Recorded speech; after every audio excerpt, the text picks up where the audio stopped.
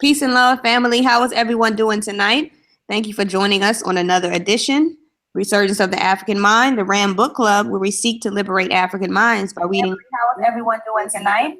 Thank you for joining us on. Oh, no. Okay. All right.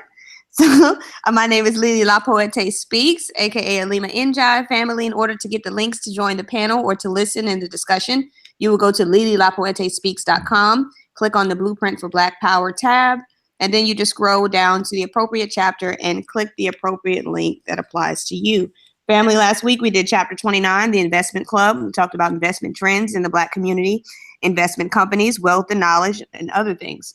This week, family, we're hitting up chapter 30, franchises, cooperatives, corporations, and collective capitalism. We're going to talk about some African-American franchises. We're going to delve into Blacks and Burger King and see the relation with that. We're going to talk about a lot of different franchises that Baba has given us examples of. We're going to talk about cooperatives of large businesses, and much more. Thank you all for joining us. We're going to let the panel introduce themselves. Peace and love. Peace and love. My name is Dr. Deanna Bailey, also known as dr.maat.msu. I am an adjunct faculty over at Morgan State University School of Engineering, and I'm also the co-founder and executive producer, co-founder of Ed Anime Productions and the executive producer of Mel Trek. I'm happy to be on this panel, sis, and excited, man. We're almost through the book. Yes. This is 30. We have 2 chapters to go through, and we'll be covering 1 chapter tonight. The last chapter. Tune in next week for the discussion on the last chapter. And also next week, we're going to announce the next book. We know what we're going to be reading, and so we'll make that announcement next week. So definitely tune into that. I'm excited about tonight's discussion. So far, Dr. Amos Wilson, he spent about 10 chapters on providing us with strategies to finance Black economic development. So, he talked to us about taking control, or he encouraged us to take control of our internal markets. He talked about organizing or establishing like rotating credit associations, credit unions, community development banks, venture capital firms,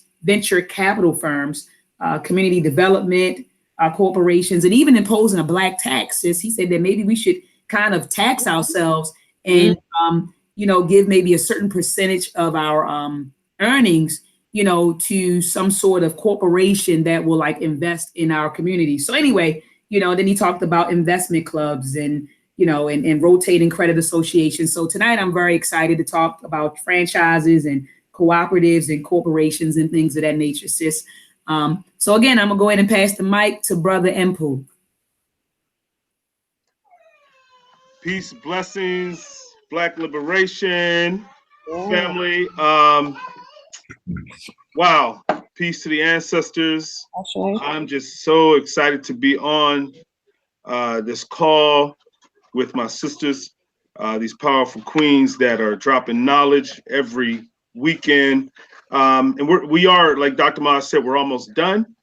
And I'm just ready to jump in and get some more knowledge, share some info, and move forward. Peace.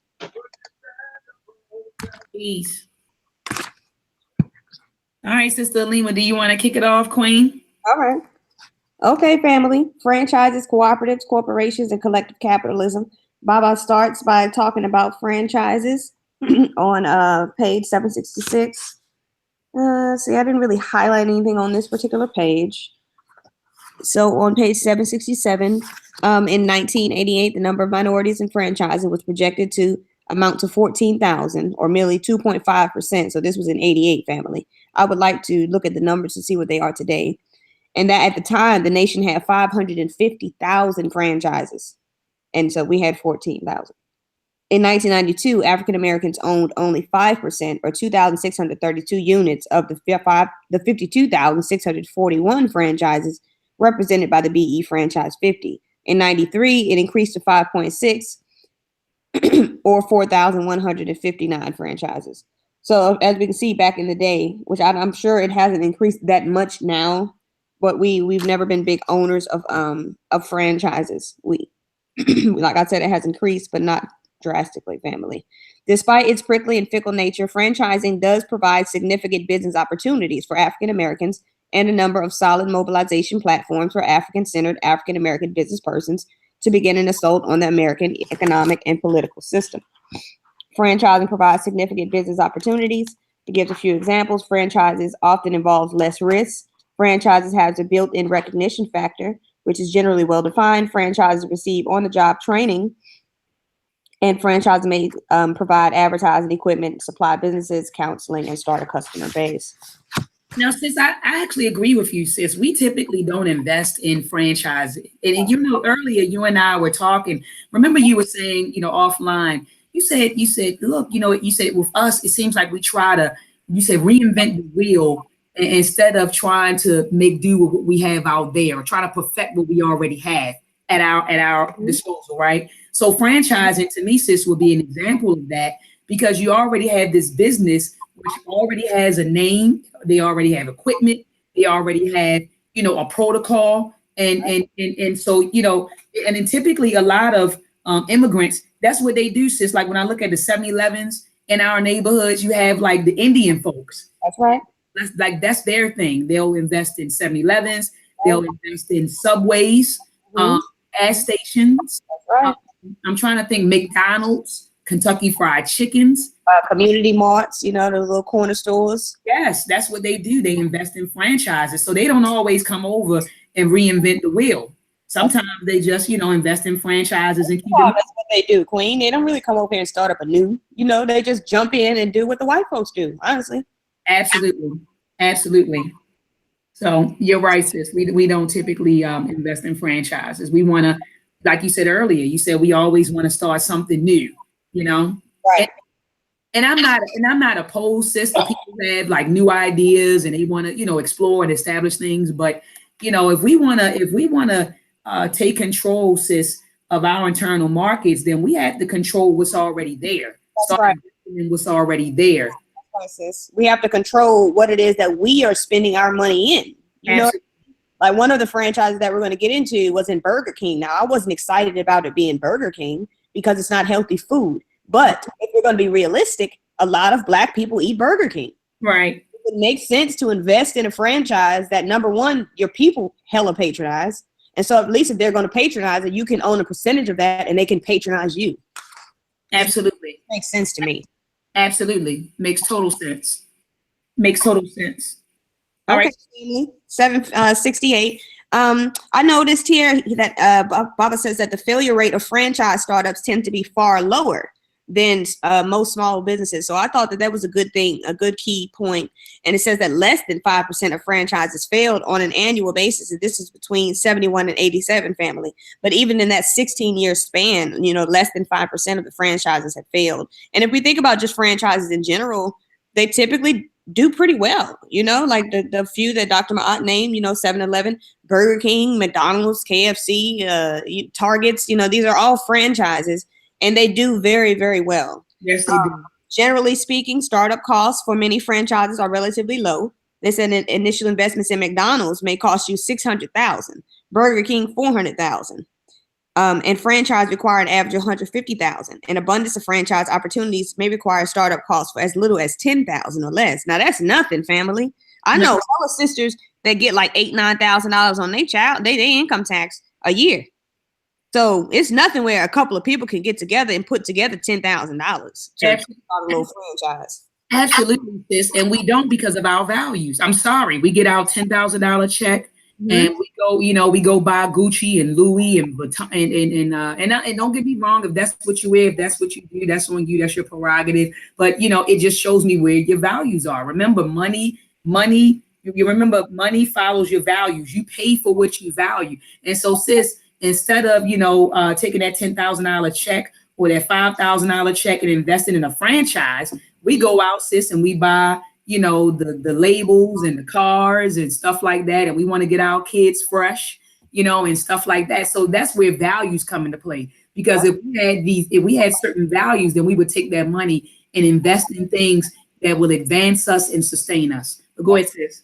I remember when, you know, just to touch on that real quick, you know, like you say, it's our value system. And I just don't understand why we don't understand that if you have to wait until tax time to purchase certain clothing, then you can't afford it. That's Now, right. Wait till tax time because you want to purchase in bulk, because that's what I used to do, or you want to purchase in advance for the seasons and things for your children. Okay, I get that. But if I wait till tax time to buy a Louis bag, I can't afford the bag. Right. Right. It's really that simple, because if I could afford it, that would something I would already have, but that's a little bit off key, family, but I just had to bring that up. So we're going to get into some African-American franchises. The first one we're going to talk about is Larry Lundy and Pizza Hut. So Larry Lundy, he purchased 31 New Orleans area Pizza Huts in February 1992. He paid $15.5 million. He started off, he was a 9-year veteran of Pizza Hut. So he stepped down as a vice president. So of course, that's where a lot of his money came from, because he was on the board, family. Let's see here. In 92, the total volume of sale that he had was estimated at $20 million. In 93, he achieved sales of $23.3 million. They said his restaurants employed 1,000 workers in 92, anticipating adding more stores in the future. During his 3 years at Pizza Hut, he led the building and he developed 1,100 more stores, family. So this just shows how you can, work at a company, save your money real good, invest. He probably invested in the company itself, was able in the stocks and things. I'd imagine in order to have that type of money to invest, he did some serious investing himself to get that return. But family, it just goes to show that you can purchase a franchise of your own. And there's so many franchises that we're going to get into that have so many different programs and things, family, that you can get into to where you can actually purchase it with little to no money down. Yes. The next franchise we're going to talk about is Warren Thomas with Shoney's. They say Mr. Warren Thomas purchased 31 Bob's Big Boy restaurants from the Marriott Corporation. He wanted to convert at least 26 of those 31s to Shoney's in the future. Okay, family, they said Reston, Virginia based, the THLP had revenues of $34.3 million in 93. He averaged $45 million in 1995. Each of his Big Boy restaurants generates an average of $1 million. And they said he got 26 of them bad boys? That's insane, family. So this is another example. He was the CEO of Thompson Hospitality and the former Marriott Restaurant Group executive. So we can see that some of these people, they were able to invest quite rapidly and get these businesses because they were on the board. They were higher level people. But that doesn't mean that you have to be in that position, in order to invest in a franchise or to own one. It just makes it a lot easier. Exactly. But sis, look, what I thought was very interesting at the bottom of page 769.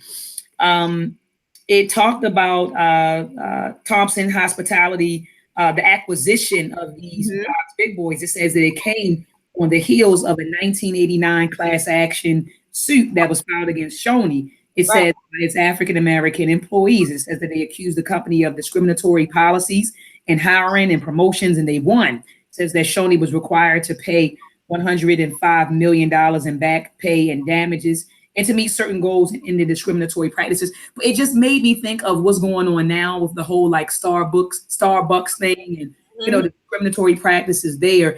And it just elucidates that this sort of behavior, like these discriminatory practices of these different companies, it's been going on, sis, forever. So it's just I ask myself, when will we become tired of being tired? Right. And let me start, investing in my own business, or investing in myself and establishing businesses in my own community.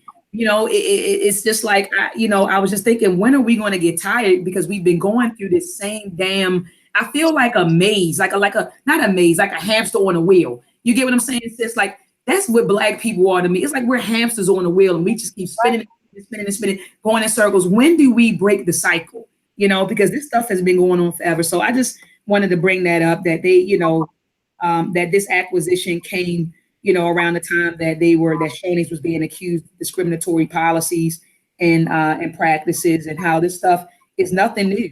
Looking at Starbucks and, H&M and all of this, H&M was accused of, racial promotion. So this stuff has been going on for, decades, sis. And I'm just wondering, when will Black people get tired? When will we become sick and tired of being sick and tired, and pull our money together and establish our own businesses?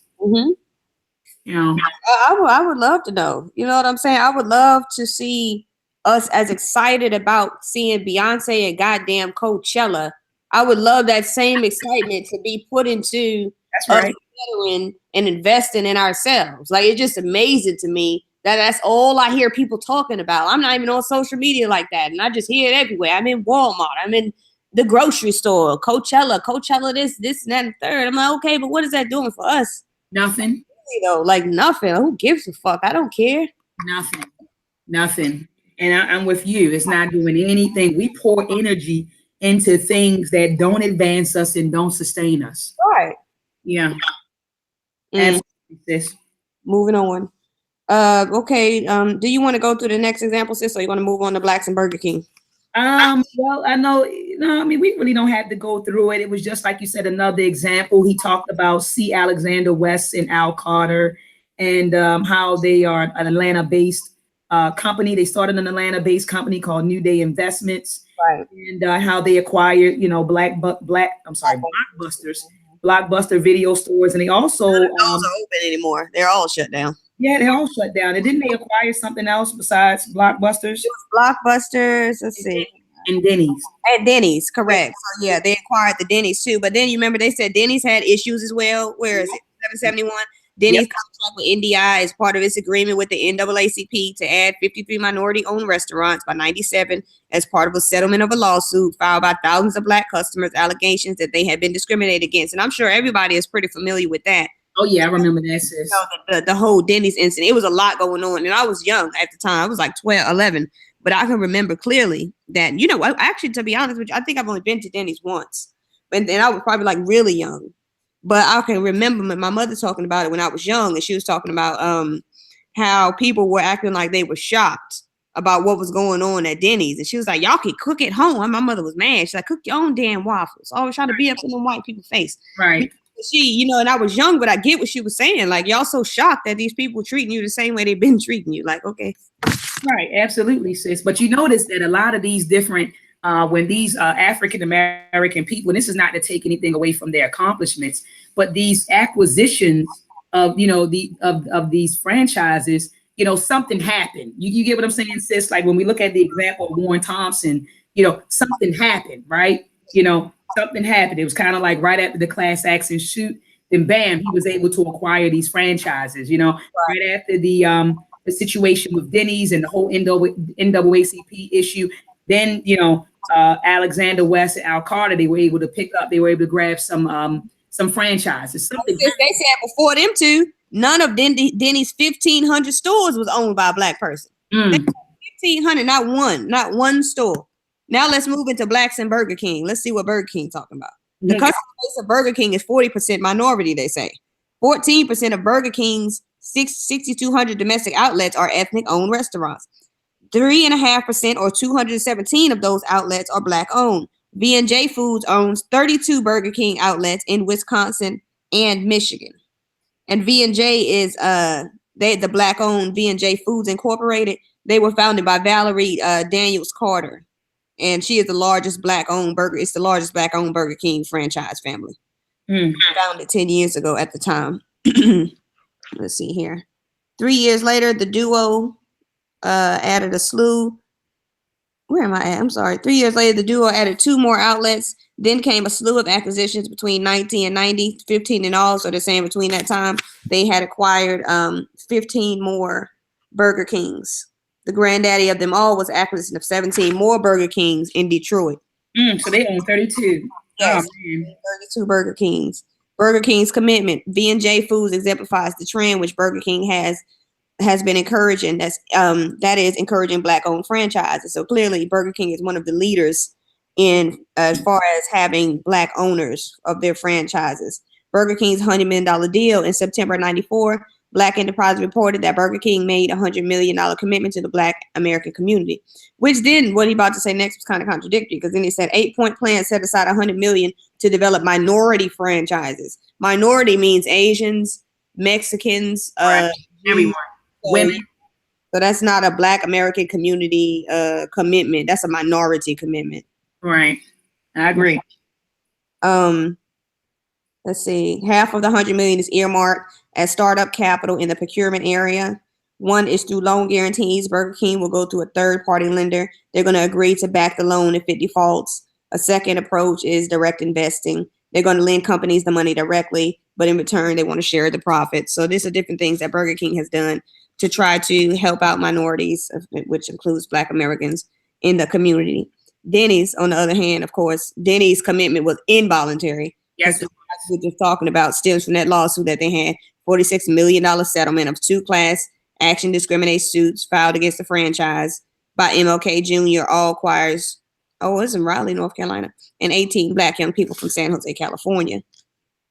Okay. As part of the settlement last May, the $1.5 billion family restaurant chain signed a fair share agreement with the NAACP. The pact calls for greater minority participation in franchising, management, marketing, purchasing, and professional services. See, that's how they're able to get over family. Yep. They this blanket term and they use minorities. So then they don't have to be specific to African Americans. Then you can't say, well, they're discriminating against African Americans because they call us minorities too. Mm-hmm. I just think it's a crock of shit. It's just, that's the game they've always played, sis. Even with affirmative action, they've always played that game on us. Right, always. They never make it just specific. You know what I'm saying, to African Americans. Always that minority BS. Absolutely, and like you said, minority includes everyone: Asians, Hispanics, women. It doesn't matter. Disabled people. It doesn't matter. Exactly. Mm-hmm. Okay. So look at this down here at the bottom, sis. So it says that they wanted to open up what it says, 53 new minority. All right. So anyway, you went through that. It says, are franchise company commitments for real? Are they for real? So it says I'm on page 774. Ferry and Barnes Bryan, Vice President of Research, Minority, and Women's Affairs with the IFA, and IFA stands for International Franchise Association. It says, as saying that franchise companies are seeking to recruit African Americans through formal minority recruitment programs and by showing a sensitivity to the problems and needs of minority franchises. It says, however, Black Enterprise goes on to report that many industry insiders representing the interests of franchisees, have their doubts. It says the spokesperson for an organization representing women franchisees based in Chicago is reported by the magazine as denigrating the publicized efforts of some franchise companies to actively recruit Black franchisees as nothing but smoke and mirrors. So family, they're basically saying that, these companies will publicly say that they want to recruit Black franchisees, minority franchises, but they're saying that this is not really the case. At the bottom, it says that these mega franchises reflect the significant gains of African Americans in the industry, but the hard truth is that most franchise companies don't have African American owners and aren't looking for any. In fact, most don't track how many Black-owned units they have. The resurgence of programs to help minorities gain entrance into franchising could change all of that, but it's going to take more than spoken or written promises to ensure that Black potential franchise owners aren't pushed through a revolving door of opportunity. So family, they're basically saying that, publicly, these people will say, yeah, we're trying to actively recruit, African-American franchisees, but behind closed doors, that's not the case. They're really not looking for Black people to own, one of their or any of their franchises. All right. So Baba goes on to ask the question. He said, well, what is required for increased franchise ownership by Blacks? And what do I have highlighted, sis? I just got those four sentences at the bottom of this paragraph. You have the 4 sentences at the bottom overall? Where it says, Moreover, it is important that the community should own significant equity in the parent corporations and sit on their boards and directors. This is, I guess, his answer to the question. Yes. He can no longer just accept as his bottom line demand being courteous treated by franchise outlets in exchange for spending billions of dollars with them, while they continue to deny its members equal opportunities at all levels of their organizations. One of the ways the African American community can do this is through vigorously supporting programs like the NAACP's Operation Fair Share, which relative to franchise companies focuses on 5 areas: employment, upward mobility, minority purchasing, inclusion of Blacks on organizational boards, and philanthropic contributions to Black organizations. But since that's a fact, though, we spend billions of dollars in these companies, and we ask for nothing in return for the money that we spend. That's right, nothing. No. return on our investment. And that's what it is. It's an investment, but we ask for nothing.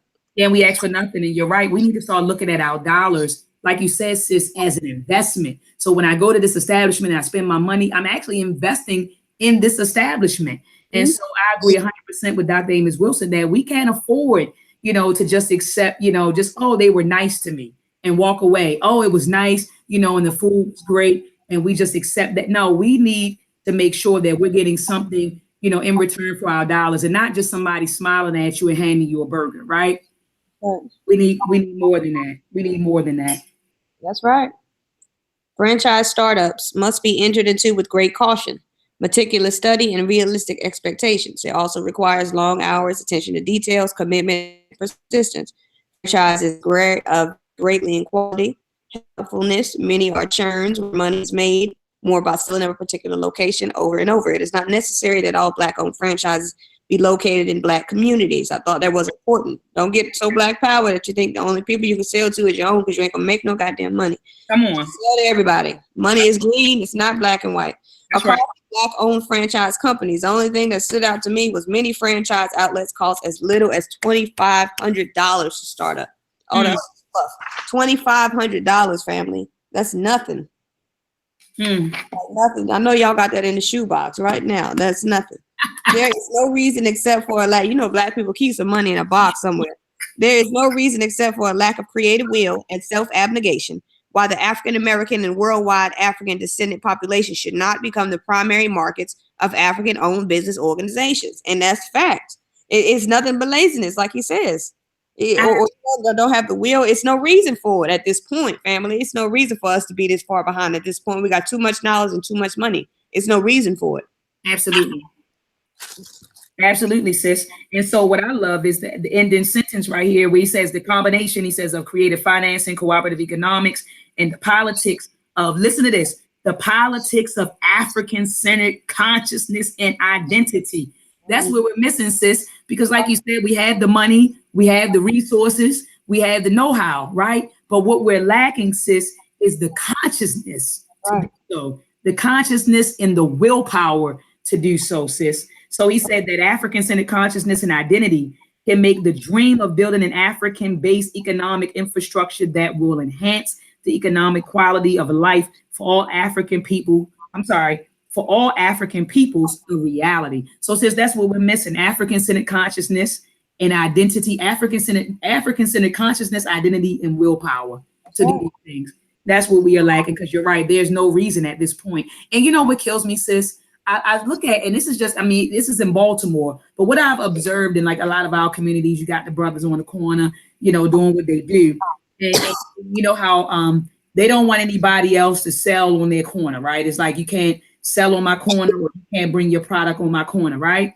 This is, I want to show you where our thinking is and how we need to upgrade our thinking. So we'll say, oh man, I'm on the block, I'm selling whatever. I don't want anybody to sell on my corner, or I don't want aliens or foreigners to sell on my corner, or I don't want aliens or foreigners to distribute their products on my corners.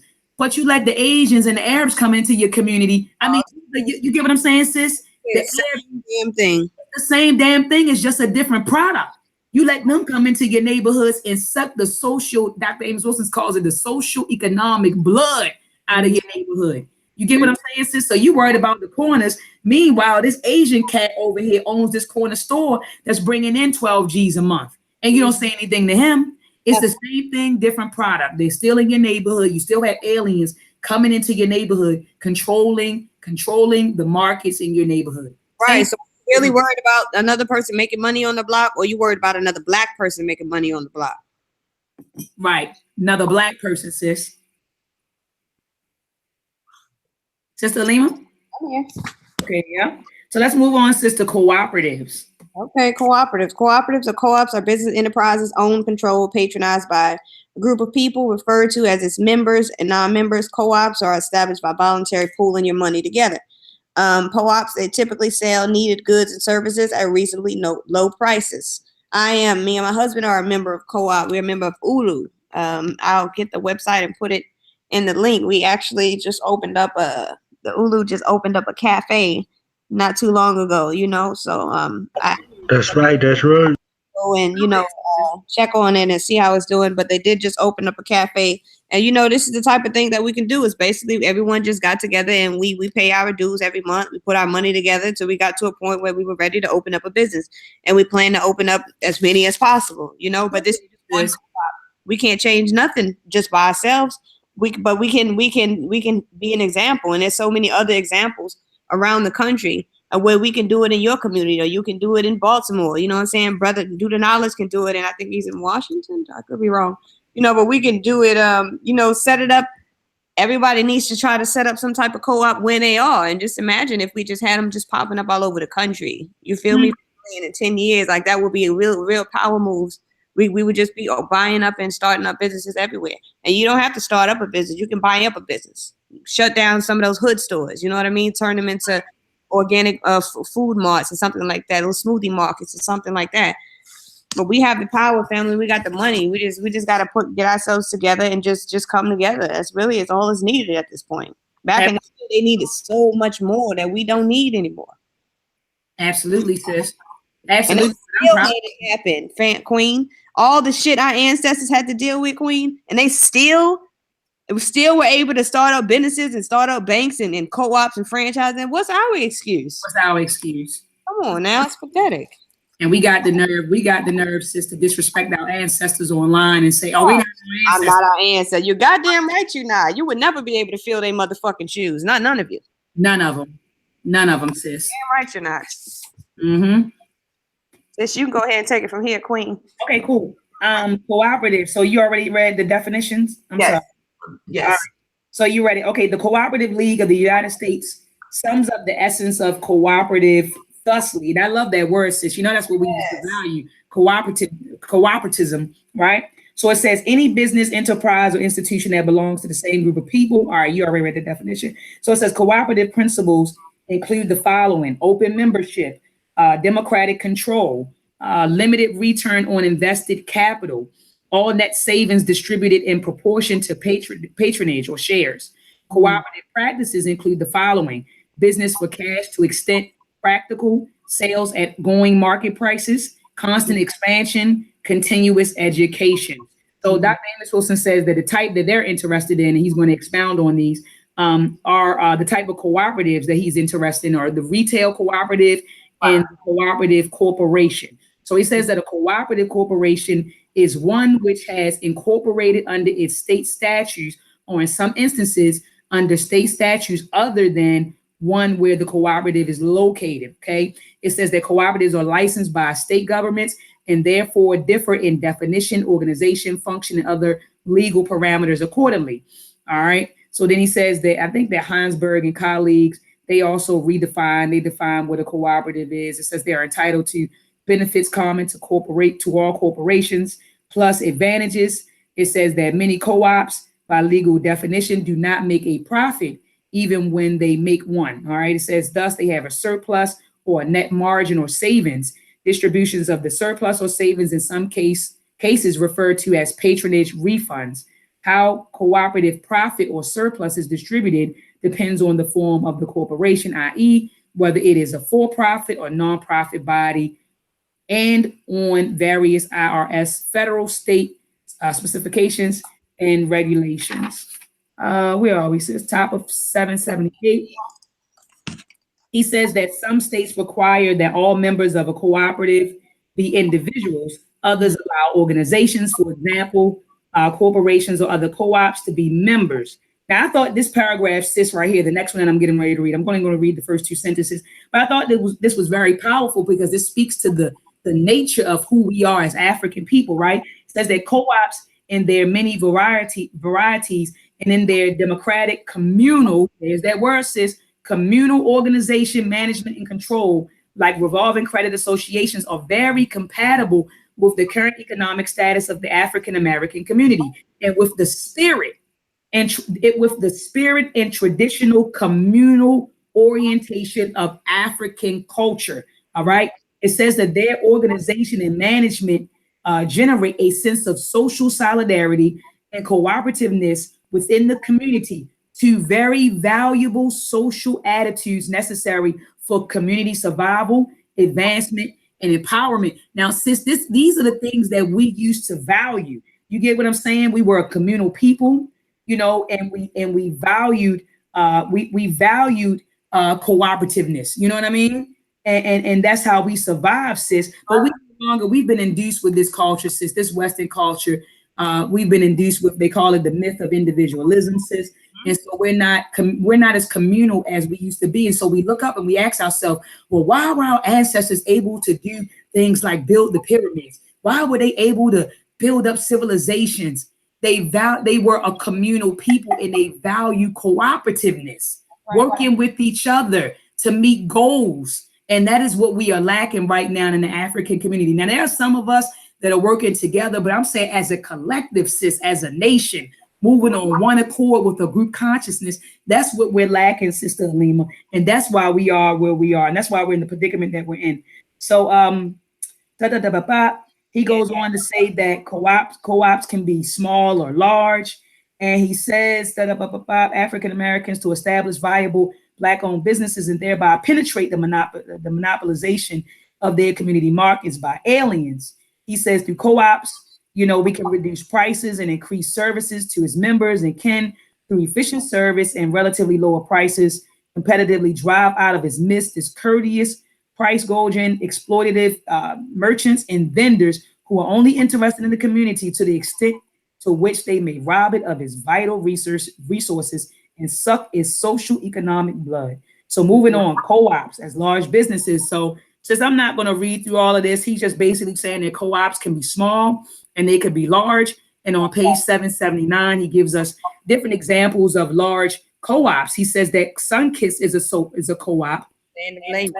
Yeah, Sunkiss, yeah, Land of Lakes, Ocean Spray. He said that Yellow Cab Company. We had Yellow Cab in Baltimore. Yellow Cab Company. They are also co-ops. And I was wondering, sis, is Uber? I know that Uber was started, I believe, by like somebody in Britain. But is that considered a co-op also, sis? Because you know, when you are a driver for Uber, it's kind of like you are like your own boss, no different than the Yellow Cab Company, right? It says that it was on monthly member fee. Oh, you're right. I'm not sure if they pay a monthly member fee like Uber and Lyft and all of that. Yeah, that's what make it a co-op. If they pay the monthly member fee, like how cab drivers pay like a weekly fee. They're paying into the business. Oh, I don't think so. I don't know anyone that Ubers. Maybe someone in the chat room could tell us if they pay a monthly fee. But you're right, sis. So the membership fee is what would make it a co-op. Right. Oh, okay. Makes sense.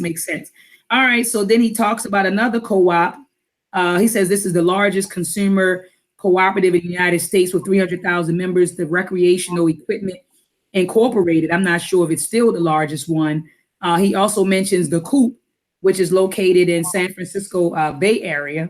It says that they have, a membership of more than 100,000 people. But again, sis, this book is 20 years old, so we don't know, we don't know how many members they have as of today. So at the bottom, he says that cooperatives, collectives, and worker-owned businesses can provide the framework, the guidelines, and the means, the ways and means for people who want to workshop and live cooperatively, sis. So there's that word again, to live cooperatively. And since this is what the Asians do, I read an article recently, and I'll Google it once you take over, but I read an article recently that projected that in the next, I think they said in the next 10 years, 20% of the Asian population will be multimillionaires. 20% of the Asian population will be multi-millionaires. And what is the U.S.? What is it, like 1% or 2% of the population that are like millionaires? Right. Over here is 1% and 2%. And look, we have an individualistic ideology. Over there, it's about community ownership. It's about cooperativeness, right? And so, and look at where they are. 20% of the population will be multi-millionaires. And right now, 47% of Black people live at or below the poverty line. So we're doing something wrong, sis. We're doing something wrong. We really are. Yeah, totally. So it says a cooperative is a social organization as much as it is an economic one. Co-ops are first and last people who can work together. people who can understand and respect one another, who can agree on common needs and goals and how they are to be accomplished. It is the people who will make or break any business. And it is this working together which will require the most work of all. All right. That's right. What we at, 780? Yeah, we're at 780, Queen. So he starts talking about the Black church. He's talking about under the leadership of national Black churches or similar organizations that, you know, we could use those as a form of co-ops because they kind of are in a way, especially a church. Using your combined buying power, they could offer the nation's Black and minority communities large varieties of high quality commodities and merchandise at low prices. Now we go to the co-ops taking control over the food supply. As a brother named Joe Holtz said, he used to talk about in the 70s controlling the food supply. So Mr. Holtz and a dozen of his neighbors took over a community closet and they formed a Park Slope food co-op. Today, when people talk even more about saving money, the co-op is more than 5,000 members strong and spills across more than 5,000 square feet in its own building at 782 Union Street. So they said the co-op has paid workers. In addition, you pay a $100 deposit for your inventory if you want to purchase things through the co-op and other expenses capitals. You have to perform about 3 hours of service every 4 weeks, and this is for members, from checking identity cards at the entrance. Only members are welcome to mopping floors, to watching toddlers in the store child care center. So even though you're a member, you may not necessarily work, you know, at the businesses that you're invested in, but you are expected to, you know, come by periodically and help with the business. One organization, the Hudson Valley Federation of Food Cooperatives, offers advice on how to set up food co-ops and can refer people to existing ones near them. I'm not sure if that's still active. 60% of their food is sold to co-ops similar to Ms. Steinberg's, also known as buying clubs. The minimum order is $400 if you want to order through this particular co-op. The nonprofit mode of economic development. One of the major reasons economic development is retarded in the African American community is because it seeks to finance that development using standard American business practices, attempting to follow the same general business startup and operational methods used by the white community. And of course, family, we already know that's true. We try to go to these banks and get these loans just like the white people do. You know, feel like we got good credit, we got a good job, been on the job a long time, and you still get denied because the bottom line is that, you know, the laws don't apply to Blacks the way that they apply to whites in this country, and they never will. Absolutely, sis. So he goes on at the bottom of the paragraph, sis, to say that it is arguable that a major reason Black enterprise has had difficulty realizing its potential cannot be attributed, as is usually the case, to the absence of the spirit of enterprise in Black Americans, but may be due in part to having the spirits crushed at the many failing attempts to develop their enterprise. And again, like as you just stated, using standard American white business practices instead of creating and utilizing appropriate business practices, i.e. practices based on the values and organization of the African American community and economy. Right. Okay. Yep. So he goes on to say that racial discrimination practiced by white-owned financial institutions. It says the relative absence of large pools of financial capital under the control of Black-owned financial houses, and the relative poverty of Black families together militate against Black economic development along the lines followed by white Americans. Blah, blah, blah, blah. Right. That's what I was sitting here thinking, like, blah, blah, blah. So he's basically saying, you know, that we need to change up our business practices, right? And adopt, he says, appropriate business practices. Okay. And if you know that, you know, so basically we need to start funding our own businesses. And that's what he's been talking about these last 10 chapters, different strategies to finance Black economic development. That's right. All right. So moving on, sis, at the top, again, he's just emphasizing the need for community ownership. I just put a little note up here just saying, hey, this is how Asians move. You know, it's about community ownership. Right. You know, everybody in the community pulling their money together to even open up a business. You know, everyone in that community can pull their money together, open up a business. Now we all own it. You get what I'm saying? Right. He talks about that. And then he goes on to talk about nonprofit organization. Right. So for-profit organization, nonprofit organization. He's saying that a nonprofit, I know that typically when people hear the word nonprofit, sis, they think that you can't make money. You know, which is foolish. You can. A nonprofit organization can generate large cash flows and maintain a well-paid staff and provide ample services. So you can start a nonprofit organization and pay the managerial staff in that nonprofit organization. And that nonprofit organization can actually start a for-profit organization, okay? So, but when people hear the word nonprofit, they think that you can't make money. So at the bottom of 783, he defines a nonprofit corporation. He says that it's defined basically as a corporation, no part of the income of which is distributed to its members, directors, or officers. So he goes on to say that this doesn't mean that you can't make money, blah, blah, blah, everything that I've already stated. All right. So I know that with nonprofit organizations, and this is very important, whatever's left over after your expenses and after you pay your staff, he's saying that it's rolled over to, let me go back. Advance the business. He's saying that's rolled back over into the business. It's not like dispersed amongst like the members, directors, or officers. All right. So then at the top of 784, he gives us the definition of a business corporation, and he says that it is strikingly different. He says, while a nonprofit corporation may not issue stock or pay dividends, a business corporation may issue and sell a variety of instruments which evidence interest in itself and may reward the holders of these interests with a portion of corporate profits. All right, so that's the difference between a for-profit organization and a business corporation. I don't have anything else highlighted, sis, on this page. That's it. Yeah, I don't have anything else. Black church organization acquires private businesses. It's talking about an acquisition. The church partnership agency, July 4th, 93, by the Congress of National Black Churches. They provide an example of how acquisitions and operation of private or semi-private enterprises by non-profit corporation may occur.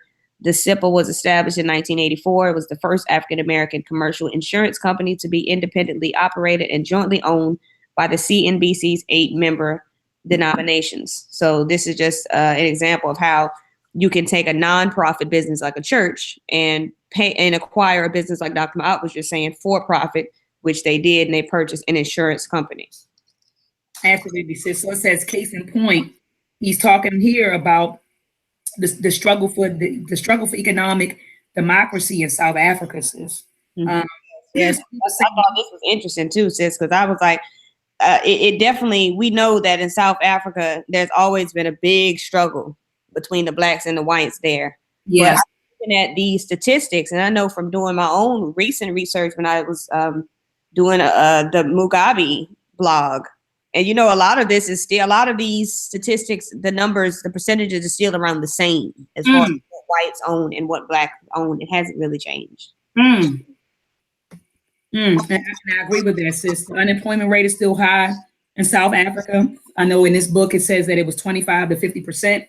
And it's saying, and at the top of page 786, Baba tells us that, you know, it's the whites, the whites in South Africa who own, it says 86% of the land, right? 86% of the land. All right. And it says, I think that's all I had highlighted. That they 86% of the land. I said, still the same. And like you said, Sister Aleem, it is still the same. It is. Bottom paragraph where it starts, however, new and unusual methods for achieving economic democracy must be found. South African Donald Nkube, a former executive and board member of Anglo America, South Africa's largest conglomerate, assembled an unusual group of investors. Nkube acquired 51% of the company. He purchased, where is the name of the company? It's the newspaper. Yes, it's the newspaper. I was looking for the name of it. I thought No, that's Dr. Matlana who purchased the newspaper. What the hell did he purchase? Let me see. Oh, it was an insurance company, sis. American Life. That's what he purchased. It was formerly a white-owned insurance company. I'm getting it mixed up. So, brother Nkube purchased American Life, the insurance company. He purchased it for $50 million U.S. money. Yes, he did. The work of Nkube and his investors provide a fine example of investment approach that can be productively utilized by pooling your resources. Once again, family, pooling the resources together. Dr. Nathato Matlana, Nelson Mandela's personal physician, he led a group of investors acquiring 10% of Metropolitan Life and acquiring a majority interest in the Sowetan, a newspaper from the Argus Media Group, which was white-owned, is now owned by Dr. Matlana's group. He achieved those ends without putting up his own money and because Argus still retained a major role in the Sowetan. So I don't know what type of agreement he had with the white man who owned it, but he didn't put down any money. So the white man that said he still plays a major role, but he's not the owner. They must have strong armed his asses. The brothers are strong, ran up on him. Like, this is what we gonna do, right? Right. You say, just let me be the face. Just let me be the face. Okay. Matlana's group acquired 52% of the Sowetan by swiping part of its cellular stake with Argus. See, another controversial transaction is the Thebe Group Corporation. Business Week described the Thebe Group Corporation as a few local deals to stir up controversy. The Thebe Investment Corps, headed by a former head of African National Congress, financed it, was established by a trust fund held by Nelson Mandela. So there was a little bit of issue with this one. The critics were saying that it was unfair, that they were dominating the shift to Black entrepreneurship. You know how white people do. They always start complaining, when we start taking back a little bit of power, then all of a sudden it's not fair. Right. So the Thebes goal to advance the Black empowerment, and that position to Thebes orchestrated by his political opponent. So he used his political advantage family to be able to start up that trust fund. And that's all I had on that page. 789, still talking about the South African government and investing. Said heavy government intervention into the economy in the interest of economic justice for Africans, the confiscation and redistribution of previously white-owned assets to the majority Black population, or nationalization of all large parts of the economy under South African government. They're saying that that's the other alternative to capitalistic approaches utilized by the African South, by South African investment groups, trying to achieve democracy.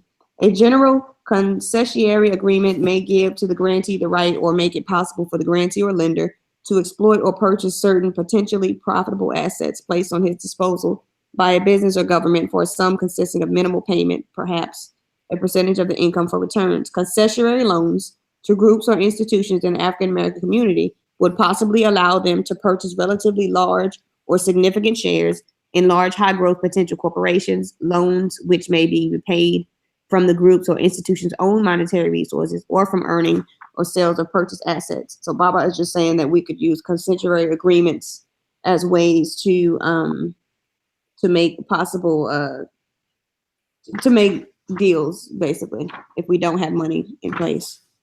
Right. Right. Did he define it, sis? I'm looking. I think he defines it on the next page, 791, right? What, the concessionary loan? Yes. He said it may be where blah, blah, blah, blah, blah. Concessionary loans to groups and institutions would possibly, let's see here. And institutional finance. I don't really see the definition. Okay. I was looking for it. Reading it, I don't see it. Okay. So he goes on, where are we? 791, sis? Yes. So he says a note on consensuary financing. Consensuary financing has a long history in the United States, spanning some 400 years.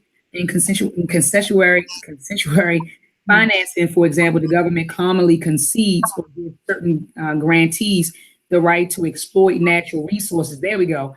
Exploit natural resources placed at their disposal in return for minimal payments and or some relatively minimal return on sales or earnings. Yeah. So this is just with the government. So the government may grant franchises, which allows for the exclusive operation of a public utility in a specified area. It says recall. Okay, so it says recall that the federal government in 1850 began a massive land grant. Remember that chart, sis, that he showed us? I believe it's on page 34, where he talked about all of the different, all of the different. Let me go back to 34 just really quick. Americans, okay, see 300 years of American colonies, the states and federal government allotted untold billions of dollars of public wealth exclusively to the members of the white race. That's on page 34. So we talk about that on page 34. But it says that recall that the federal government in 1850 began a massive land grant program for private railroads, which eventually totaled over 130 million acres containing billions of dollars of petroleum and minimal reserves. Okay. So this is just an example of, I guess, concessionary financing. So then it goes on to talk about forced U.S. sells gold land for trifle. So this is the New York Times. So sis, did you want to talk about that or? Where were we at? 791? Yeah, at the bottom, the New York Times article that was published May 1994, titled "Forced U.S. Sells Gold Land for Trifle." Nah. 792, he starts talking about the Mining Act, which we know the Mining Act allowed people to mine for next to no money. It said you could freaking buy an acre of land for $5 and such outrageous stuff.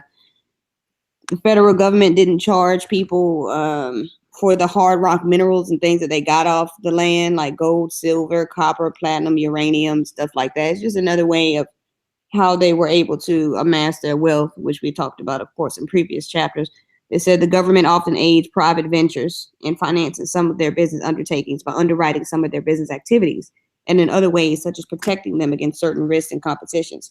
We've always known that the federal government and businesses have very close relationships. Absolutely. May be granted by private enterprises as well. An example of concessionary finance is provided by the NAACP's Fair Share Agreement. They help the Black entrepreneurs achieve ownership of franchises, finance, banking, and insurance services through its Fair Share Agreement. The NAACP Fair Share Agreement in 93 with Flagstar Company, parent of Denny's, providing Black people, well, we already talked about that. Okay, corporations versus proprietorships. I didn't highlight anything there. I didn't see anything. Yeah, I didn't highlight anything either. Under this, the corporate order is a system of private government. The corporate order is largely private form from public accountability, whether indirectly through that offer other national government or directly to any of its various constituencies. The privacy of the private government serves mainly to ensure its authoritarian nature. It has nothing to do with the free action of individuals, which is what most of us usually think of when the word private is used. Right. So the corporation, private sector does not represent the people. No. So this is blah, blah, blah, meaning the capacity to command large groups of men, materials towards a purpose. Like an army, the individual corporation, they're comparing a corporation to an army, and this isn't like an army. The individual corporation is except in very rare instances, is a one-party state. In other areas of government, we have no difficulty in recognizing this as a feature of dictatorship. It is only the studied absence of clear thinking that keeps us from recognizing the political fact in this area. You're just talking about how private corporations are an illegal entity, which I've heard that all my life. Let me go back here. This is at the top, sis? The beginning paragraph 794. Okay, all right. So you're looking at further attesting to the essential authoritarianism. The really important activities of private corporate governments are not governed by any institution. You already read it, right, sis? Yeah, I'm on 795. Operation, ownership, and management. So advantages of a sole proprietorship. Advantages include the fact that the proprietor is spurred on by the impetus of personal incentive. His affairs are secret, and he has great flexibility in making decisions in regarding to the location, policies, and activities of the business. So, of course, we know that when you're a sole proprietor, basically, you don't have to answer to anybody. No, you can do whatever you want to do. Right. When you have a partnership, the benefits of a partnership is from strong motivation from your partner, and you get to pool the resources together as opposed to having to come up with all the money yourself. And because of the divided authority, although the latter may be avoided in the part of a carefully drawn partnership, like the sole proprietor, each partner is responsible for all debts of the business. So unlike a sole proprietorship, of course, everything would be on your back. The partnership may be dissolved by any of the following circumstances: mutual agreement, death, bankruptcy of the business, or war between the nations of the partners. The advantages of the corporate form is the ease of transferring and realizing on one's own investment by selling the securities, representing ownership in established markets. The disadvantages lie in the lack of flexibility, of adaptability, and of personal incentive, and the care with which the charter must be drawn in order to carry on business effectively and prevent ultra wires facts not authorized by provisions of the charter. So it basically, he's comparing the sole proprietorship to a partnership, and also to the corporate form, family. And since you know what, we don't even have to, I know that on the back of the page, he gets into limited liability, LLPs. And, you know, he, like you said, he's just breaking down the different types of businesses that exist. And I just want to point, yeah, you can Google that, family. Like, I don't think we should spend a lot of time on that. I want to point your attention right here to a wonderful video. If you go to YouTube and you type in Ed Anime Production. Who that is right there? You'll see right here, it says, look, teenage entrepreneur breaks down the types of businesses. So he talks to you about an LLC, a partnership, general and limited, sole proprietorship, you know, S Corp or C Corp. So in 4 minutes, he breaks that down. So I don't, you know, this is a wonderful video. I think brothers and sisters would definitely benefit from this. He even has another video on how to obtain an EIN number. How do you get a, you know, a sales tax ID number? So he does all of that. So if you guys are interested in that, interested in learning about the different types of businesses, I just want to direct your attention to this 4-minute video where you know, you have a teenager who breaks down the different types of businesses. I'm gonna get this kid. They doing all that in anime. You probably doing big things in Ed Anime. You know, trying to, brother Knowledge Born. Trying to. So let me go back here. Yes, so we don't have to, you know, we don't have to keep on going through it. They can, like you said, they can Google it or check out their little 4-minute video. So let's get into investment banking, sis. So 797 at the bottom, investment banking, it says new corporations are primarily funded through the selling of stock certificates or stocks. Stock certificates provide legal evidence of the number of shares a corporate stock owned by the stockholder. Through the purchase of capital stock, stockholders provide the corporation with its financial means of production in the expectation that the continuing growth and prosperity of the business will pay them acceptable or high dividends and will enhance their value of ownership shares. All right. So it goes on to say that the purchaser of a stock certificate issued by a corporation owns a share of that organization proportionate to his ownership of all of the common stock outstanding and has the right to vote in the selection of corporate officers. He also shares in any dividends declared by the corporate board of directors. All right. So you can Google it. Family. Yeah. So, it says the role of investment banks and banks. So it says the role of investment banks or bankers. He says our interest here more specifically concerns the role of investment banks or investment bankers in the financing and funding of corporations. I know people have heard of investment Google that too, family. Yeah, I'm sitting here thinking like I know people have heard of investment banks and investment bankers. Yeah, and if not, just Google it. Yeah, and then so at the bottom of 799, he's talking about Black-owned investment banks. Do we have any, sis? I mean, did he name any in this particular section? Let me see. Black-owned and operated investment banks. I don't have any highlighted. Yeah, me either. Well, yes, I do at the bottom. The second largest Black-owned investment bank is Grisby, Branford & Co. Incorporated. They beat out the top-ranking Goldman Sachs & Co. And this was, of course, in 94, family. Oh, okay. Yeah, I see it. I see what you're talking about. Branford & Co. Black-owned investment bank is Pryor, McClendon, Counts, and Company.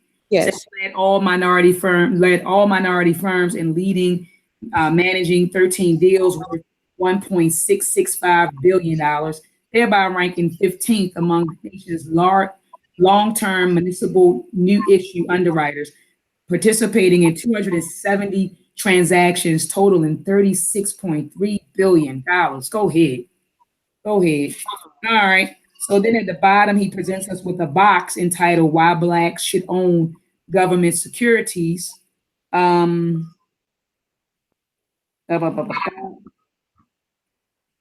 government securities, does he actually name what they are? No, he's just saying why we should get into government-owned securities. Okay, why we should own it. All right, and then sis, I want to point their attention to 803. This, I just asked, I said, what are the large investment, Black-owned investment banks? He gives us a chart, and he lists the top 15 largest Black-owned investment banks right at the top of page 803. Yeah, beautiful table. So he lists Pryor. We already talked about Pryor, McLeod Counting Company. Grisby, you mentioned Grisby. He said M.R. Beal, W.R. Lezard, the Chapman, Howard Gary, Charles A. Bell, Weldon Sullivan, Carmichael and Company, Apex Securities, Utendal Capital Partners, United Daniel Securities, Sturdivant and Company, Ward and Associates, Golden Securities, and Radu Lyons and Company. So I'm wondering, sis, if they're still in existence, because I know this was, this book is like 20 years old. So I'm wondering if a lot of these different Black-owned investment banks are still functioning. All right. And then on 804, it's got the Black Enterprise 15 largest Black-owned investment companies. It's been updated, but still not updated enough. So I'm not going to read them. But if you would like to know the top Black-owned investment companies, I'm sure that's on Google as well. Yeah. Yeah. All right. So, sis, did you have anything highlighted in this section entitled "The Struggle to Maintain True Black Ownership of Black-Owned Investment Banks"? We could just build at this point, Queen, for the last 30 minutes because, other than I don't really see anything else that needs to be really touched on because he's just giving a lot of examples of different things. Yeah, you're right. I'm looking at Black-owned investment banking syndication. So he spends a lot of time on Black-owned investment banks. I think the remainder of the chapter, American stock market, which we don't have to read that. We can talk about that. Oh yeah, the African American stock market. Yeah, I think that's it. And then the last section is what the need for an African American stock market. The need for one. Yeah, because we don't have our own stock market. Well, I think they do have stock in Africa, but in America, we don't, as African American people, have our own stock market. We always invest in their stock market. Like even remember when people were going crazy with the whole Bitcoin and Litecoin and what was the other coin they had, Ethereum or something like that. Again, these are stock markets that are owned and controlled by them. We don't have our own stock market, sis. But yeah, let's just build. Knowledge born, Brother M. Poole. What do you brothers had to say about what we went through today, Kings? Right. Because we kind of going ham. I'm looking up these firms. I don't know if you were looking up, King, if you were looking on your end, but every time I go to look up minority-owned investments, Black firms, it's like jumping off into, it's ridiculous. I'm literally Googling these right now, and I'm not seeing anything. Wow. I mean, it's, excuse me. I know we have. Maybe it's just the way I'm doing it. Blackenterprise.com. Okay. Good. Minority-owned phone. I keep getting Edward Jones services, and then it's another Dropbox under them. But I want to know what we, what our persons have owned. Well, if you put in minority, brother, you're going to get the minorities. Yeah. Okay. Hold on 1 second, sis. That's everybody. Okay. You said when you put in minorities? I put that in. I put in, okay, let's go to Black-owned firms. I was even trying to go back with what Dr. Wilson had here. Black-owned investment firms. Wow. I tell you what, we don't have time for this right here. This is ridiculous. This just lets us know where we are. We have not. Just type it in and find it. What did you find, sis? They're showing me banks. I'm seeing like the top Black banks. But there's nothing relevant. I mean, as far as not specific, I'm not specific. That's a sad commentary. I'm just saying. I mean, maybe if we do our homework, maybe next week we can come up and say, okay, this is what we're doing, and this is what our people have invested in. This is what we're capitalizing on. But as I look right now, I mean, it's just in name only, I'm sure. And like Dr. Maat said, all the monies that our people invest in is going right back into European stock and wealth, whatever. So yes, it is. We got some work to do. Yeah, I remember in one of the earlier chapters, Dr. Amos Wilson Go ahead. Feedback. I don't know who that is but oh, it's you, Brother Impu. Yeah, Might have YouTube on. Might have to cut the YouTube off. Yeah, it might have been a YouTube. But remember in previous chapters, Dr. Amos Wilson spoke about the African stock market. So he was saying over in Africa, they do have a stock market. And I would love if we did some research and found out, learn more about them and, and if it makes sense to invest in their stock markets, I totally agree. I know. Just to backtrack a few pages, when you were speaking on us opening our own, becoming sole proprietors, just for a minute, we had here in PA. Unfortunately, we had a sister that stepped out and she was doing her thing, and she got caught up into. Dang it! Hold on one second. Let me turn my light on here. But anyway, she stepped out and was doing her thing. And she was dipping. It was a conflict of interest. She was sitting on the board here in PA, okay? And she started her own nonprofit agency. And she was kind of warned by the city, like, look, you can't sit on the board and still have, an ownership in a community-based organization. And so what ended up happening is, she was using funds that they tried to say that she was using funds for her own, wealth or whatever you want to say. And she ended up being indicted. If you look it up, it's sad in PA. I ain't gonna throw her name out here, but it's pretty much out there anyway. But anyway, he talks about having a board and a company. Some accountability is what I'm saying. And she didn't have that. And that's what got her caught up, and she's facing some serious time because of that. I mean, if you're gonna step out there and do your thing, we need accountability. Even a platform like this, what we're talking about, so folks can say, okay, this is what you're using your monies for, etc. I'm gonna digress. I'm gonna fall back. Something going on. We got the baby back there. We got the kids. He is. Little man is like, every time I'm like, dude, any other time he good. As soon as I get on the call, I'm serious. I'm gonna have to show y'all. Hey, Zach, come here, man. Say hi. Zach is on 10.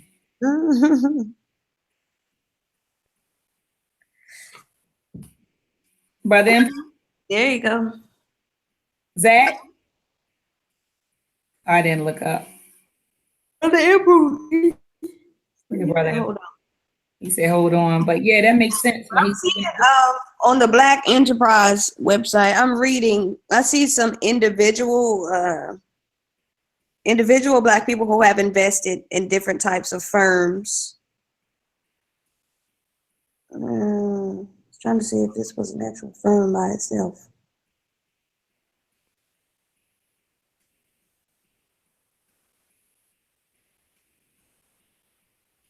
Utindall. Is that a person or a business? So, sister, they still have Black-owned investment banks when you guys did a Google search? Well, any of the banks is an investment bank. Yeah, I'm saying, do we have? Oh, yeah, true. But do we have like a list, like any of those names that Dr. Amos Wilson provided in the table? Do you see any of them still? Oh, I didn't even look. Okay.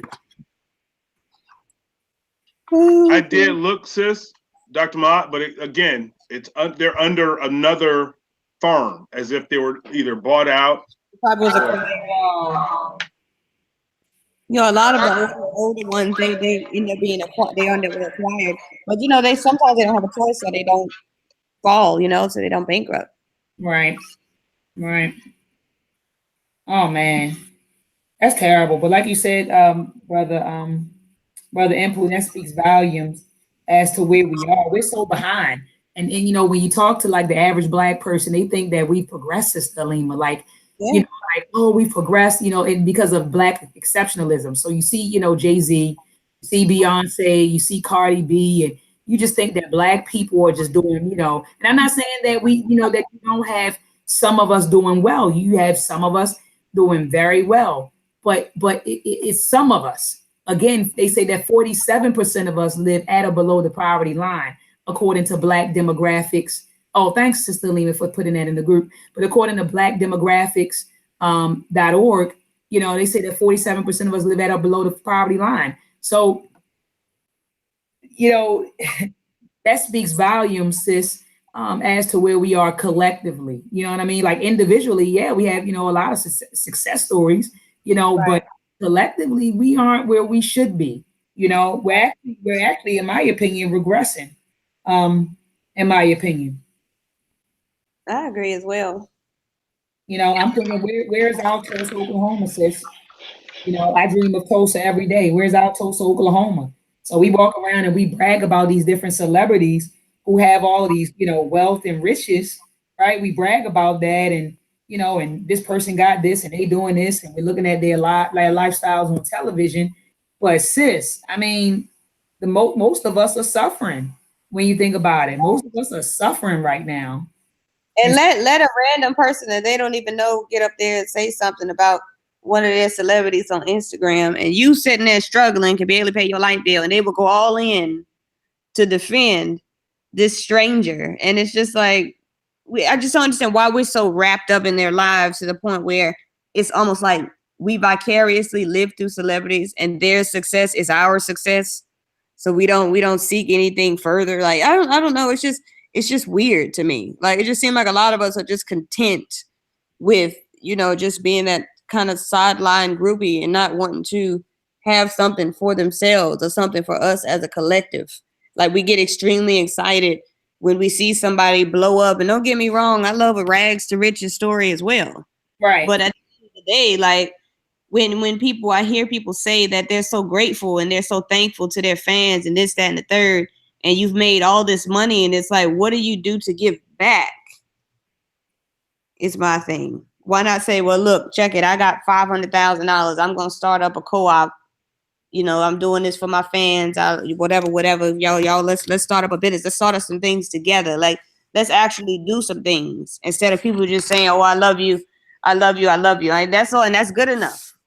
As long as they say, they love them, then that's good enough. But I just don't get it. Yes, sis, we relinquish them from social responsibility. We don't ask for nothing. We are the source of their celebrity. I'm gonna say that again. We are the source of their celebrity, sis, and we don't ask them for anything. We don't ask them for anything. We don't say, okay, we helped you to generate, millions of dollars. Look, can you come and put this recreation center here, or pour money into these businesses? We don't expect anything from these celebrities, even though we are the source of their celebrity. That's real talk. And we were talking about the NBA. As much as I love my sports, especially NBA, it's like the ancestors. Every time I'm enjoying a game, the ancestors are speaking into my ear. Like, what are they doing with all this melanin that they're showcasing? I mean, you at a young age, you between 20 to 30, 20 to 25 is when you at your best at just expending all of that you have to give. And then after that, a lot of these brothers, and you can Google it. A lot of these brothers end up broke. And, we're giving all of our energy, all of our time, our resources right back into these devils. I'm just gonna be real with it. So, if we can, now Braun is doing his thing. That's one thing about him, is he's learned to he got some good people around him, some good brothers, melanated brothers around him that he could open up businesses with. And so afterwards, they're continuing to invest in the Black community. But a lot of these brothers like Jordan, all that melanin, all that energy, all that wisdom, one of the best basketball players ever, and he's dating a beast. I'm just saying. I mean, come on, man. Come back to the Black community, pour into these young brothers, and raise them up, and make it happen. That's not gonna happen. We say, Sister Alima? I said, Jordan ain't about to do that. If he haven't done it by now, Oh no, Jordan out of there. that's not gonna happen. You know, he know for a fact that a lot of black boys have an affinity for sneakers, especially his sneakers. Why hasn't he started some type of entrepreneurial program to put the brothers on who are spending all this fucking money on your shoes?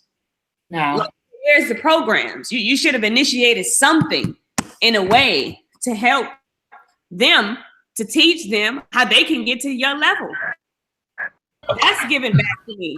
Not just throwing $50,000. He been with them devils since he was a teenager. He been with them. That's who had him. And it's bad. You see what I'm saying? And that's what happens in a lot of the cases. You know, it's rare. I wanted to say two quick things. It's rare to have a two-parent household, you know, African mother, African father, African child, and they go off to college, and those Africans are actually involved in that education process. You see what I'm saying? In LeBron's case, LeBron and Kevin Durant, they both came up in single-parent households. And LeBron has been sending people to college ever since he got into the league every year. You see what I'm saying? He never even got an opportunity to go to college. He went to the NBA straight out of high school. So you see the difference in the rearing and how it goes and, you know, being brought up. And, you know, in Michael Jordan's case, you know, they watch these people who they're going to pick ever since they were children. You see what I'm saying? Ever since they were born. So, you know, they create different opportunities where which they control them. You know, he went to North Carolina. You see what I'm saying? Like, all of these things, they don't happen by happenstance. You see what I'm saying? So with the people that they pick and they puff up and put up in front of you, you know, there's thousands upon thousands of people that they look over and through in order to get them. You see what I'm saying? So, you know, once they have them in their hands, it's a, you know, if you look at Kevin Durant's story, you look at LeBron James' story, you see what I'm saying? Like you were speaking about, Sister Lima, in regards to the rags to riches type of story, it was only for their skill. So back to what, you know, Brother Mfu was saying in regards to that, this is what they take from you. You see what I'm saying? They take our best, our greatest, and brightest and exploit them. You understand what I'm saying? And use them for their own gain. And in the case of Michael Jordan, even the entrepreneurial program that you're speaking about, Sister Lima, it's called Monopoly. He's teaching them Monopoly. He owns most of those people's shoes that come out. Most of the people's whose shoes that came out after him, he owns them. That's right. So, you know, even with their endorsements and things like that. And another thing in regards to those products, majority of those products, even with those players, when he said they come out with a shoe, you got to be careful with the wording. This is something that we learned today, you know, about Wilson was speaking about minority and what that encompasses, you know, because, you know, Kevin Garnett had shoes. And Kevin Garnett also had shoes that he wore. They were worn by him. They weren't owned by him. Allen Iverson, the same thing. He didn't have shoes. They were worn by him. So they used those names. And you know, same thing with Kobe Bryant, when he was with Adidas and then he changed to Nike. All of those things, when you start to get into the intricacies and how these things are worded, or you work in some retail where you have to push these shoes. No, they push these shoes. You see what I'm saying? And these retail stores and these young creative talents in these businesses, making these companies rich with their talent, with their skills, with their entrepreneurial spirit, and they don't get a dime back. You know, they might get hours for dollars, but they don't even get commission in most cases. So, you know, in order for, you know, us to flourish, we have to create a situation that is self-sustaining. You see what I'm saying? A situation where entrepreneurialism goes hand in hand with this African-centered consciousness and identity that Bob Wilson was speaking out, you know, overwhelming throughout this text, and, you know, more specifically in this chapter. You know, we have to redefine what success looks like for African people on a global scale.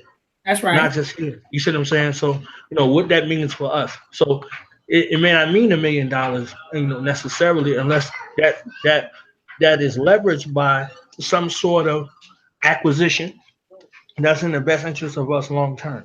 You know, so you know, what you brought up, Sister Lynn, about the co-ops and all of those things, these things have to become something that we do globally, you know, something that's teachable, that we can go to different places and teach the people in those communities how to start, you know, from scratch. And then, you know, with that type of reach, you know, with that type of reach and that type of connectivity, you can get a chance to see, you know, how these things actually, you know, grow. They could read the blueprint for Black Power. Come on, sis. You don't have to like. I'm so over the need to be force fed type shit. Like How many book challenges you seen it, or how many people say, you know, they throw it up in there, but hey man, you know, that's a deep book, and they're still asking questions. Yeah, I get it, but I'm just saying, like, right. Everybody, if people can only get knowledge if people go around doing lectures.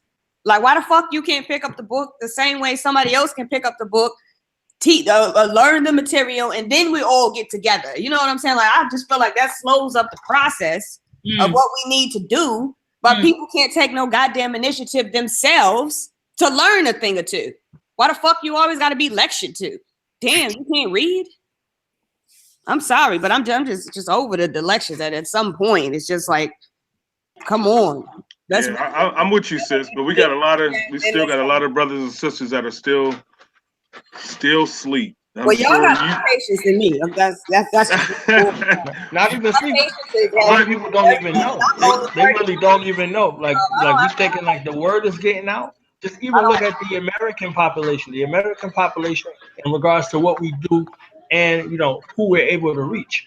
You know, if we look at in terms of business, you know, business survives off of market penetration. So, you know, if 1 million people are, you know, have access to watch anime productions, the higher the probability is for people to be able to buy. So if you're reaching 1 million people, you see what I'm saying?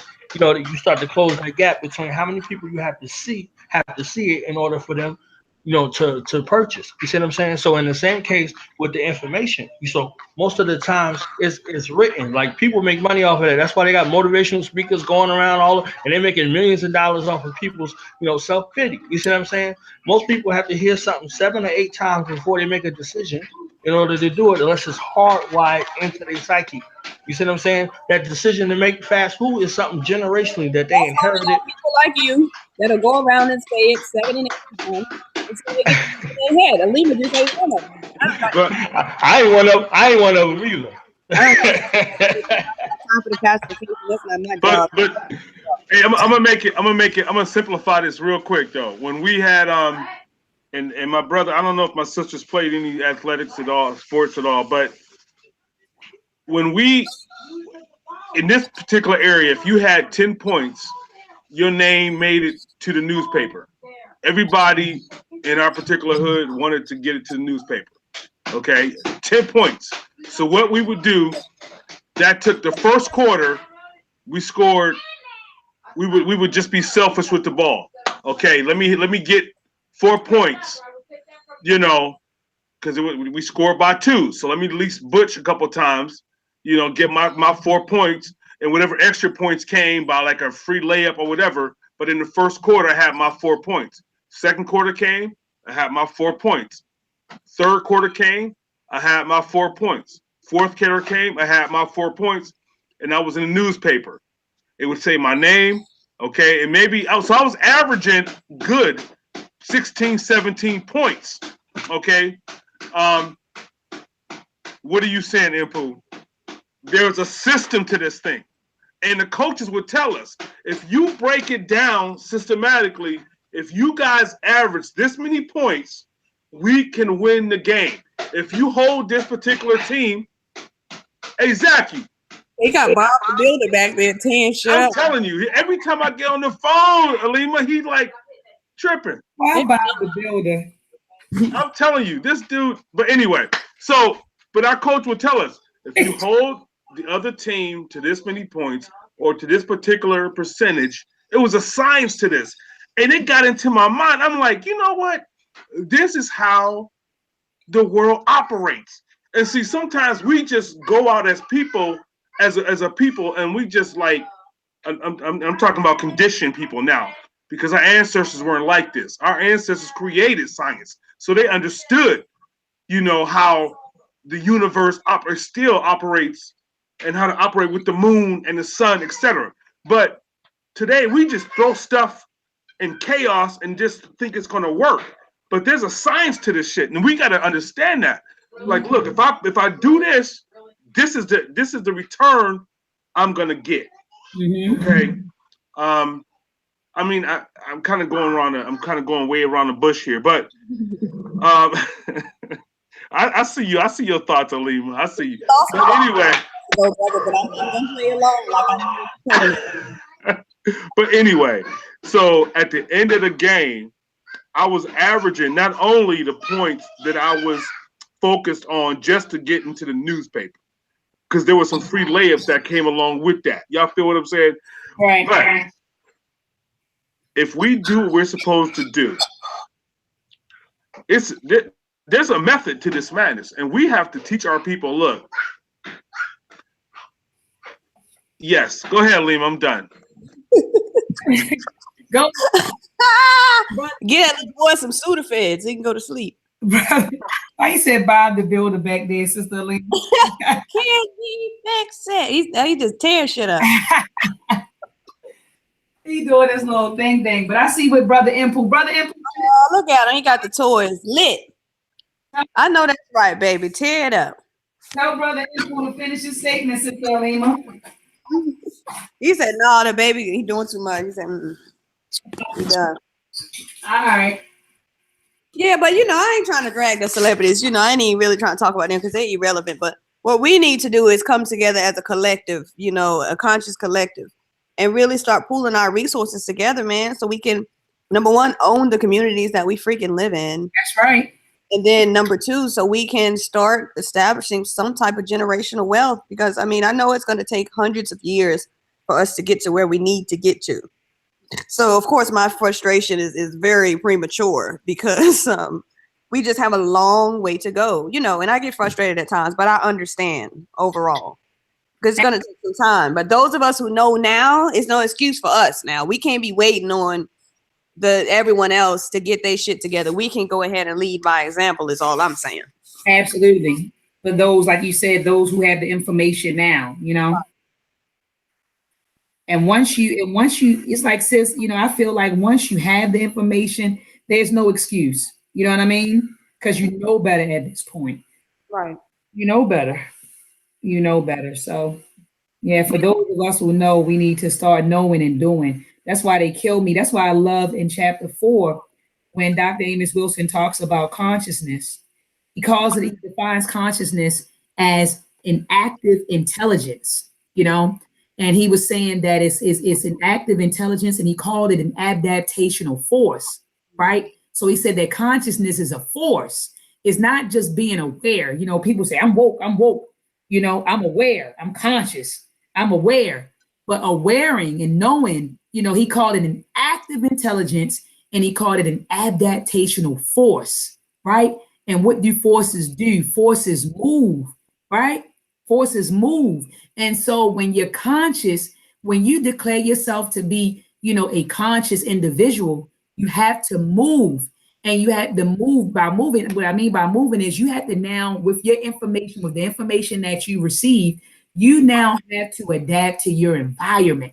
And I feel like a lot of us, since we walk around, we call ourselves woke, we call ourselves conscious, but we're not adapting to our environment for the benefit of ourselves. You get what I'm saying? Like, you're conscious, you're woke, but what are you doing with this information? How is this information advancing you, your family, your community, your nation, right? How is this information advancing you, and how is this information sustaining you?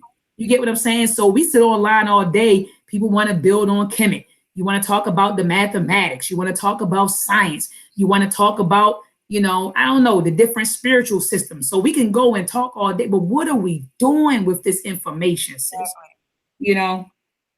What are we? In my opinion, Queen, I just don't see how, like, if we're really supposed to be trying to liberate ourselves, I'm trying to really figure out, what is it that we think it's going to take?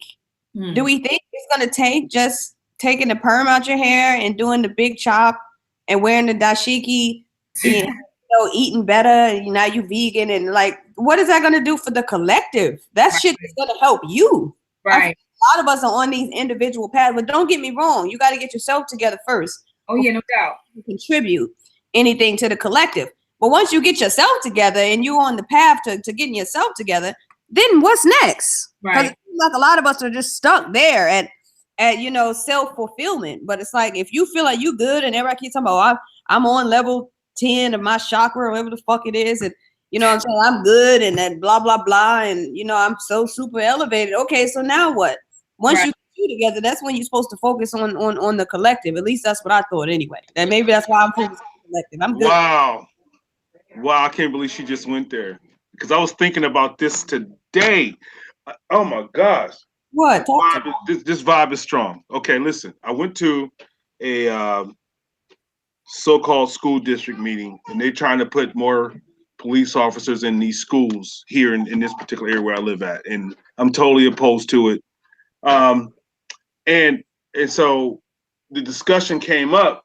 We're like, okay, you know, this is what you're doing. I was talking to a brother. This is what you're doing individually, etc., for yourself. But I'm like, bro, it's more. It's not just about my eating habits. It's not just about my study habits. This is a collective, communal thing for our young brothers and sisters after us. And when we talk about the ancestors, Zaki, when we talk about the ancestors, the point that when we bring up the ancestors, honor ancestors, it's those that have thought about us, that are doing what we're doing today. That's why we honor them. Right. And so we have to continue to think about, okay, look, our ancestors worked what they worked, the knowledge that they gained from the earth, the sun, et cetera, so that we could function, thrive, accomplish whatever we're doing today. And it's a shame on us if we don't pass that information on to the next generation. It's like you said, sis, it's not just about us individually getting ourselves together, drinking and juicing and vegging. Pass that on to that young brother. Pass it on to that young sister. Right. You know, then we got these devils that we're dealing with. I mean, it's some serious issues that's going on in our communities, and we need to speak out and let those around us know, look, there's a better way. I agree. Absolutely. And I gotta say something, and I don't want you all to think that I'm banging on this person and none of that. But this weekend, you know that there was the 10,000 man march in Washington. There was a 10,000 man march in Washington, D.C. It was organized by Brother Malik Zulu Shabazz. It was this weekend. It passed already? It passed already. It was Friday. Oh my God, I'm so out the loop. I didn't even know we had bombed Syria until like 2 days later. Like, oh my God. Yeah, so you disconnect. You got out of there. You hadn't been online. I don't know what the fuck going on. Mm-hmm. But it was this weekend, and I know that Malcolm X's daughter, I don't know how to pronounce her name, Ayana, whatever her name is, bad. The sister spoke on Friday, and I was going to drive down there on Friday night, but I changed my mind. But anyway, she spoke on Friday, and I know that the brothers, I think that they said 10,000 or more brothers did show up. But sis, I had to be honest with you. My son asked me, he said, Ma, he said, do you think we should go down there on Saturday? And I got to be honest with you, Sister Alima. I said, I don't know what good it will do. I mean, granted, you know, it would be nice for them to go around brothers and talk, you know, about, you know, issues in the community and what, you know, men, what they should be doing as men. I mean, all of that stuff is great, but sis, it was talk. We had a 1 million man march, you know what, 95, 96, we had that. Then we had the anniversary of the 1 million man march. Right. Then we got the 10,000 man march. I mean, what's the point? Yeah, I'm at a point where I'm just, you know, I just feel like, you know, what's the point at this point? So I told him no. Out in a conference. Yeah, having a conference and talking, and we just talk too damn much. They could have done on the Google Hangout. Yeah, we just talk too much, and that's why, sis, I love you so much, because when you and I have conversations about things, you know, we don't just talk. You don't just talk. You actually go out and do. We had a conversation about how poor the education is in the U.S. And you said, you know what? I'm going to take my children out and I'm going to homeschool them. And that's exactly what you did, you know? And right. I keep telling Jalen year after year, Jalen, I'm going to get you out of there. Jalen, I'm going to get you out of there, you know? And so I promised him, I said, this year, Jalen, I'm going to either send you to KIPP which is Knowledge is Power, Knowledge is Power charter school, or I'll just homeschool you. But I'm gonna get you out of that public school this year. But sis, you are a doer. You get what I'm saying? And a lot of us need to be doers, movers and shakers, and stop being damn talkers. We talk too much as Black people. We go to church, we talk. You get what I'm saying? We get online, we talk. We have these conferences, but it's just not enough, sis. We need to be doers. We need to be doers.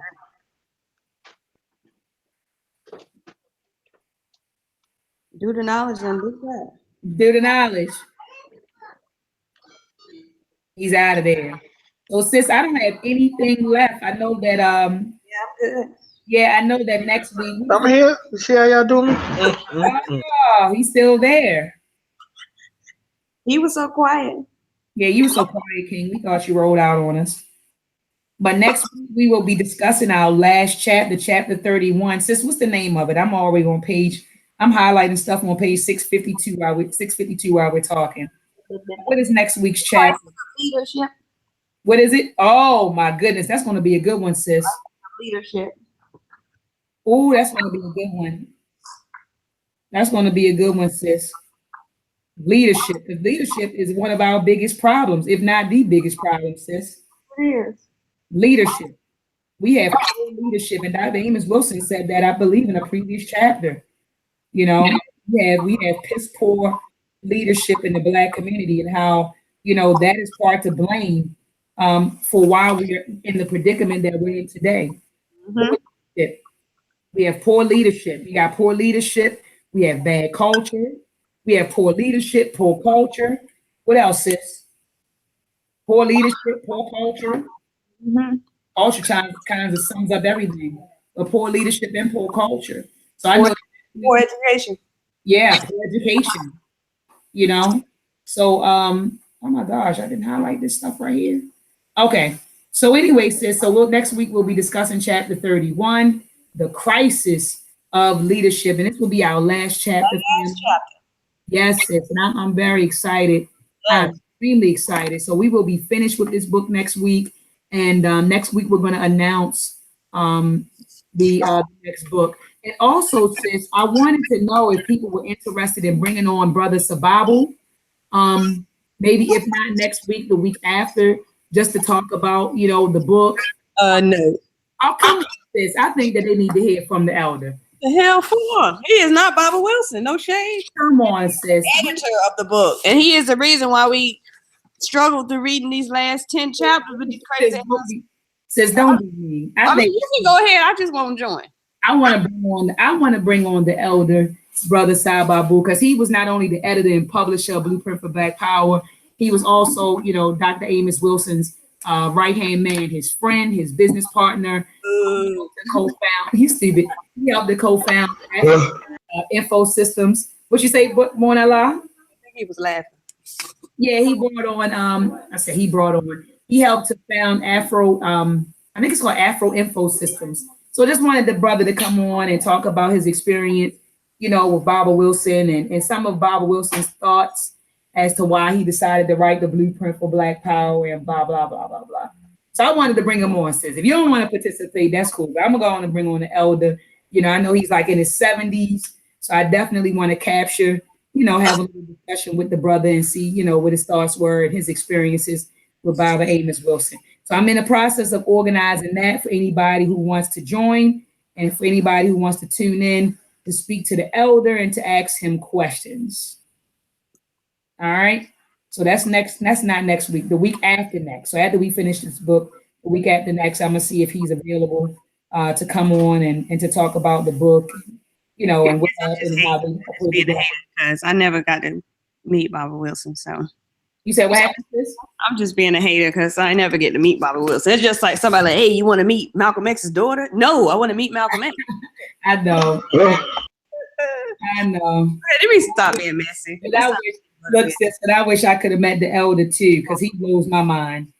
I mean, the ancestor, he blows my mind. Every time I watch his lectures on YouTube, you know, I learn something. I'm sitting there with my little piece of paper and pencil and writing down notes because he's dropped jewels for the entire lecture. So you know I'm gonna be there, sis. I'm still mad though. I know. But that was his right hand. That's that serious African spirit that's missing, from these folks today. Straight that straight talk, I wouldn't care if he was a janitor. He would have been an African janitor. Him and Bobby E. Wright, they was warriors, you know what I mean? And they were very hated by people in their profession. That's very right. hated. Yes, they were, brother. Just like Dr. Maat, just like didn't Sister even Lima, you know what I'm saying?